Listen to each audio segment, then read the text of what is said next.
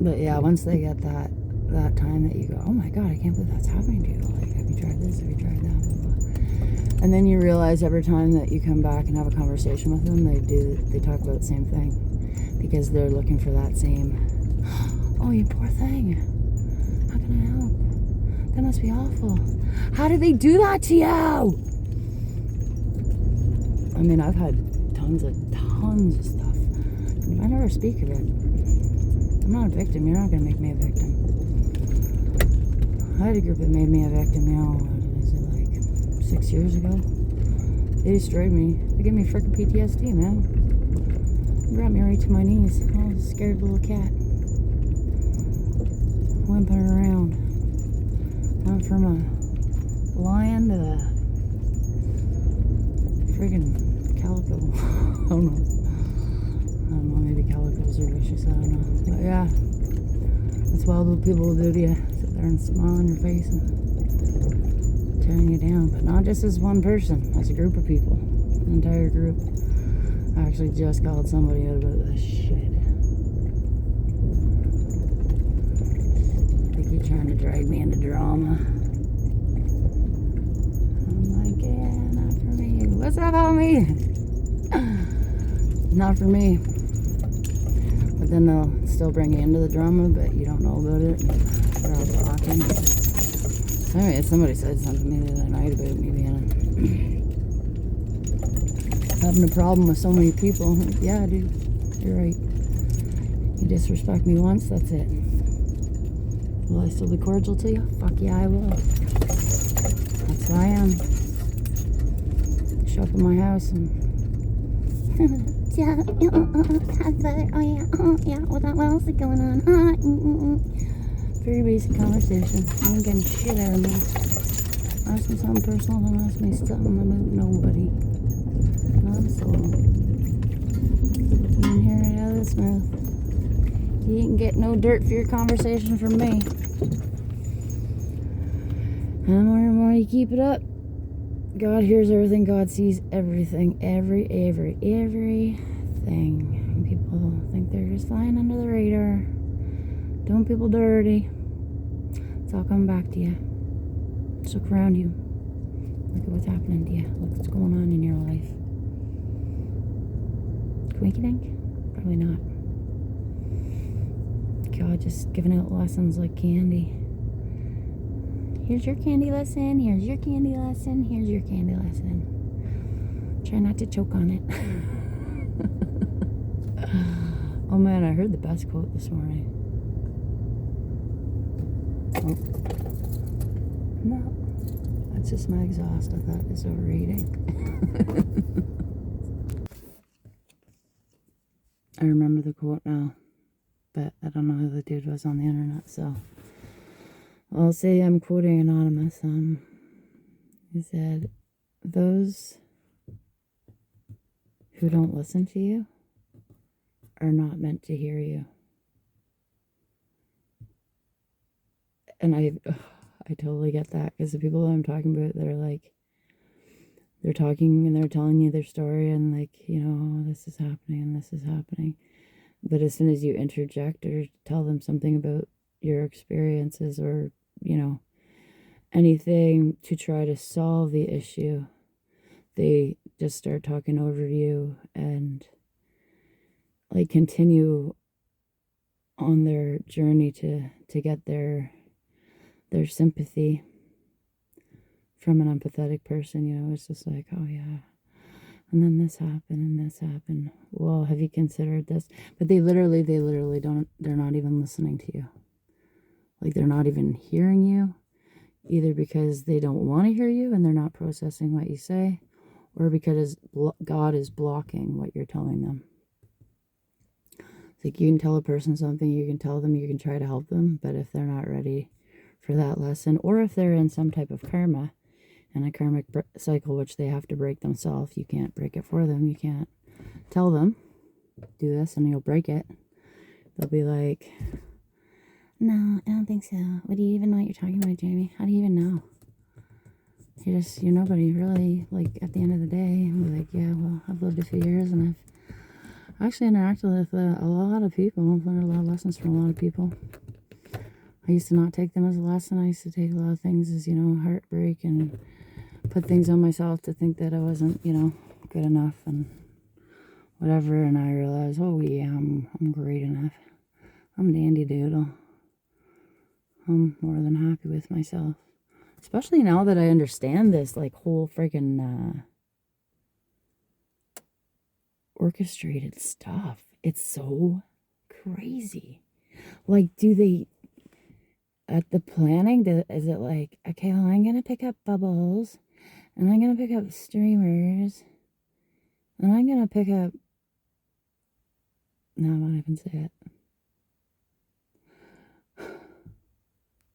Okay, but what are we going to do? What are we going to bother her about? Who can we get to come that's really going to piss her off? Yeah. Maybe I'll show up wearing her clothes too. Yeah, that would be cool. That's gonna fucking irritate her. Yeah, maybe I'll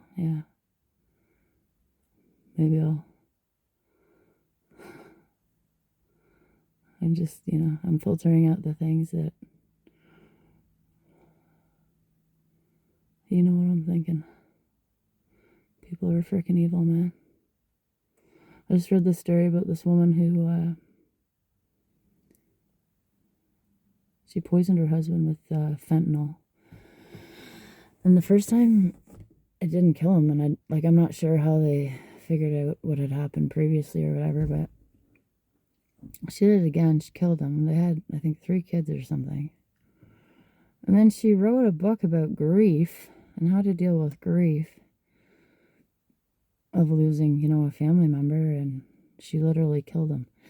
This was her husband, who she chose to have 3 children with, and, I don't know what was going on, but all accounts, he sounded like it was a great little family, and it was just, she chose to, poison him with fentanyl, which is, a huge problem in society, this fentanyl. I don't know why they still keep even producing it. It's beyond ridiculous. Abolish it, get rid of it, whatever. But who would ever think that was going to happen? And this is happening out here in the world, where people are getting away with murder because they're doing it in ways that, they're orchestrating the whole thing. They're setting people up. They're gaslighting them. They're causing them to get really insecure. I actually had a case where it was never solved, who it was or anything, but these people were sending these really horrible messages. So there was apparently 5 people who were getting the messages, and they were brutal. But there was another lady who was getting them too, and I ended up finding out her, hearing her name, and then figuring out I actually knew her. And I saw her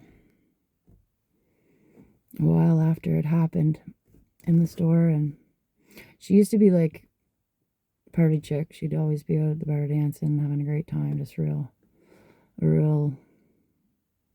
free spirit type.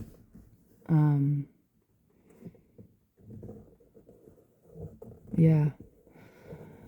After that happened, I saw her in the store, and she honestly looked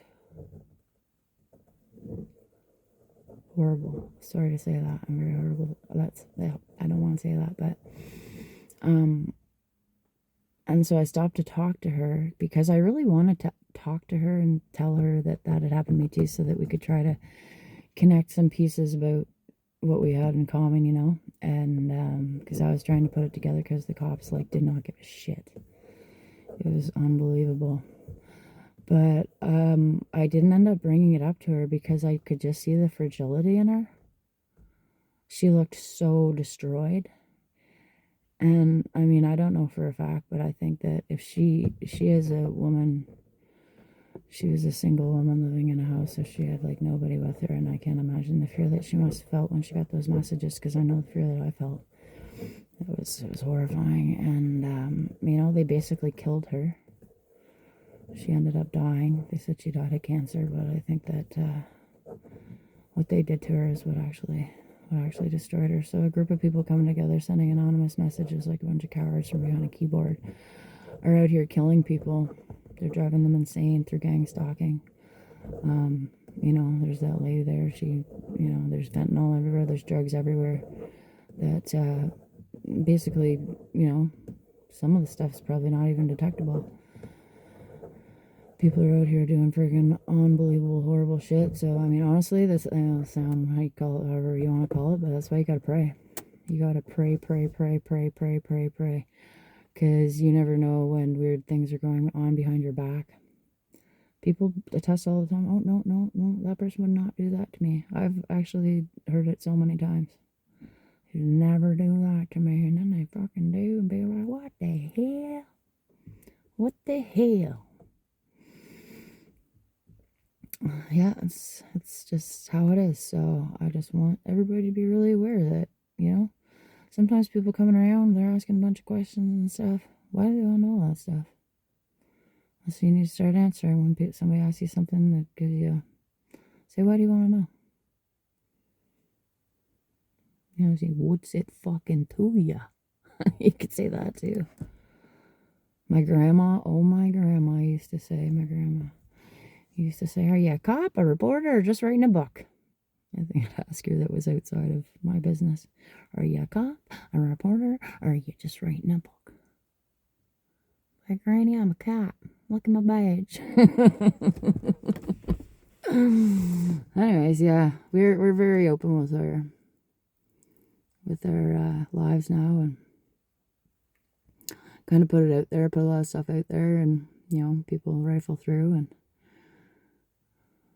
there's no telling what turns a whack job onto a whack job mission. Let me tell you, I've said one thing to people before that hurt their ego, and they waged absolute war on me, like war.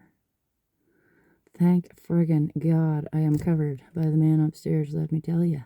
Thank God. Places he's dragged me out of, the places he's held me out of, the places he has friggin' lifted me up out of the mud and the mire, set my feet on a rock, and gave me a firm place to stand. That's the only explanation. I look back on this stuff and now realizing all these things that were such a hardship to me are all orchestrated by people who are intimidated by you. There's no other what? Like those guys that I said sent all those crazy messages and tried to extort money and stuff. Why are you coming to me for money, first of all? Like, if I was going to extort money from somebody, which I never fucking would, because it's greasy, anyways. But if you're gonna extort money from somebody, you wouldn't come to me. I'm just saying, you wouldn't come to me. You wouldn't come to the girl in the $1,000 Jeep and be like, I'm gonna get her fucking fortune. Like, what are you gonna get? What is it you think you're gonna get? You waged an entire war on me and my family because in your messages you're looking for money. Clearly, you're not looking for money. You're looking to intimidate. If you're looking to intimidate, means that you're insecure. So if your entire reason to send me threatening messages, and you're not going to get money, you're really only looking to destroy my mental health. That's your entire... And like, judging by the amount of phone numbers that messages came from and everything else, I know people use apps and it changes their number, which the cops said were untraceable, which I know is traceable because I took network security. Anyways.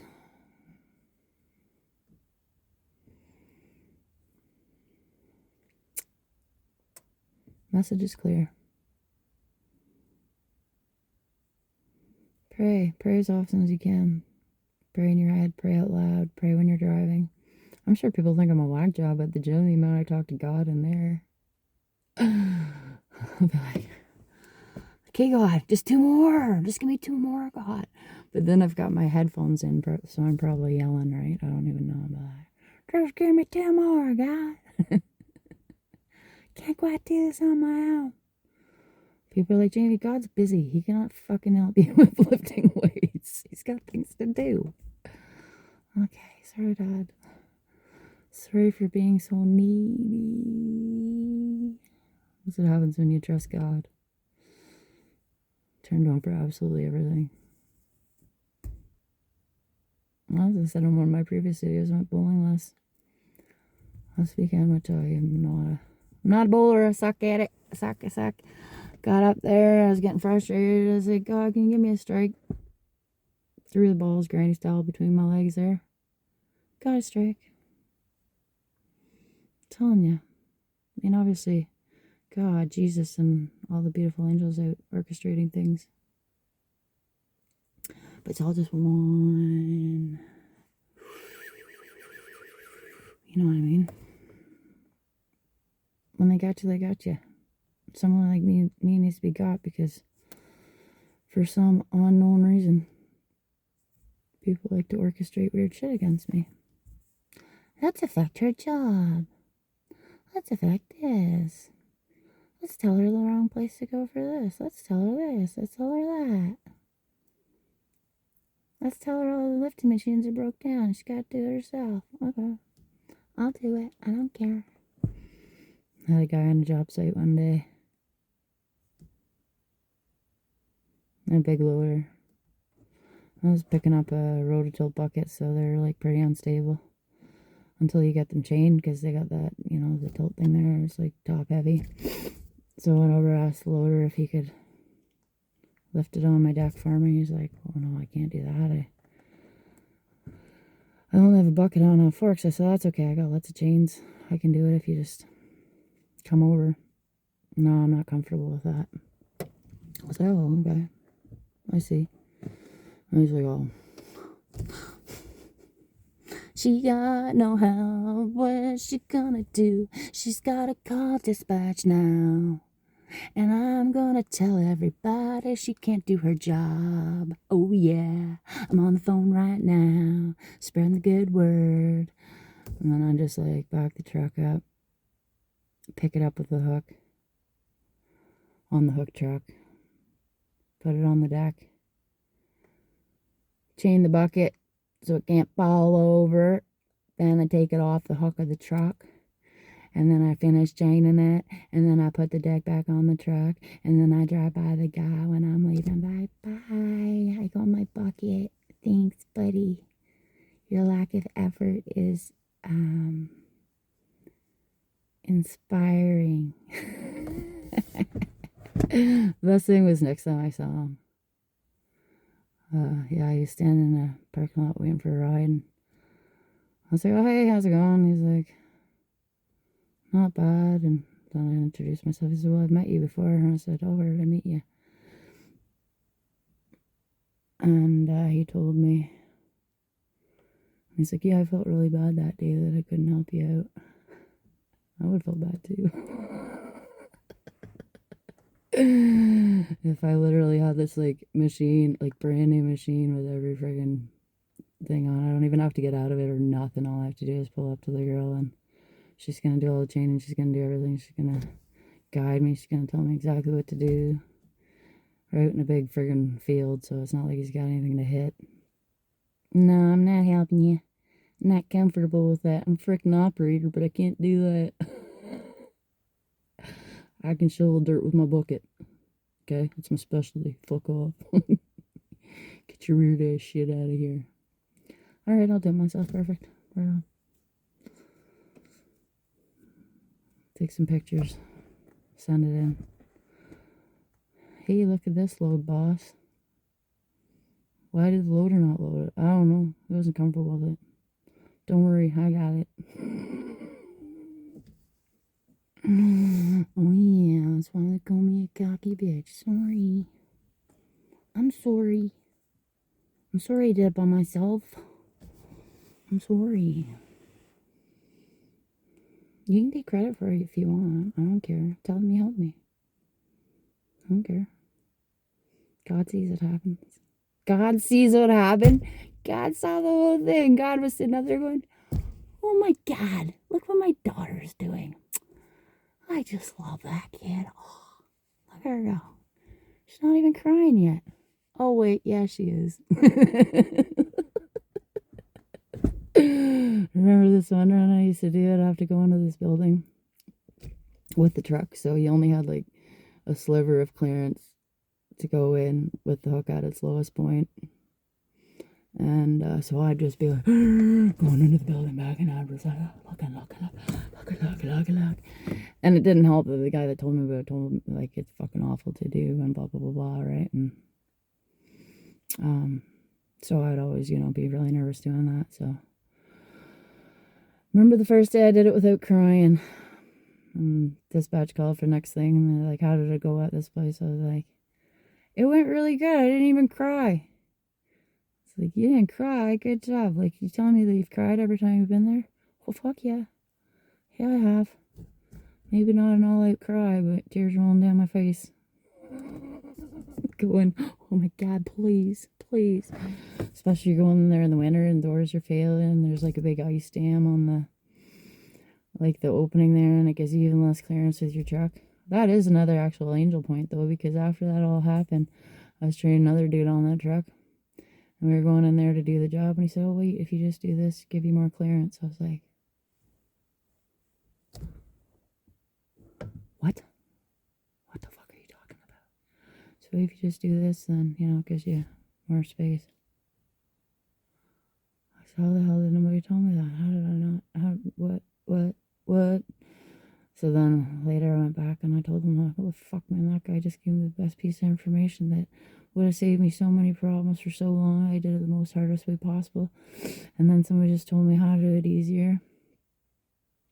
They're a fucking angel, man. They're like, oh, well, I don't know why you didn't know that. I was like, I don't tell you why I didn't know that from the beginning, because God likes me to do it the hard way first. He'd be like, okay, Jeremy, get in here, wriggle around, cry, squirm, frustrate the hell out of yourself, get out of your truck, jump up and down and scream, make a real scene, punch that door, punch it harder, punch it, cry, why did I do this? Why am I here? What have I done in this life? And I look back at things that I've done in my life, I'm like, oh, okay, yeah. I deserve a beating from time to time. Anyways, yeah, it's funny how you do something so hard, or it's the hard way, and then somebody shows you a trick, oh my God. It's getting easier, and then you do something sometimes by mistake, and then you learn another trick, you do something, you're like, holy fuck, what just happened? I didn't even know that was there.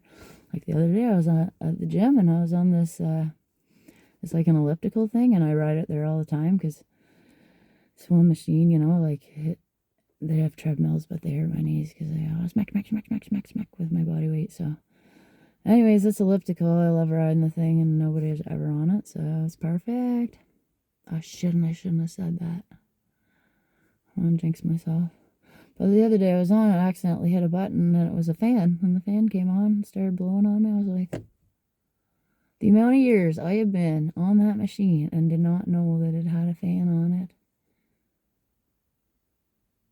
Another gift from God. He's like, oh my God, all these years he's been watching me. Jamie, hit the fan button.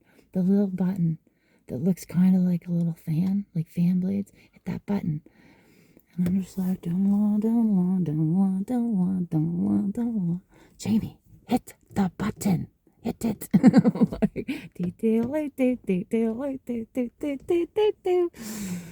And then he literally takes my hand, slaps it on the button. Ooh, there's a fan on here. He's like, I've been trying to tell you that. Thank you, God. Cheapers just keeps getting better. Life just keeps improving. Doesn't it? Yeah, it does. Anyways, I'm gonna go upstairs and have a little visit. See what's going on up there. See if there's any funky tracks. Maybe there's a jackalope here last night.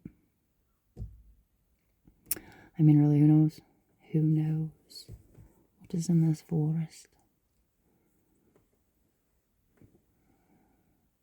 Anyways, I'm done. Sorry. Thank you. Bye. Have a good day.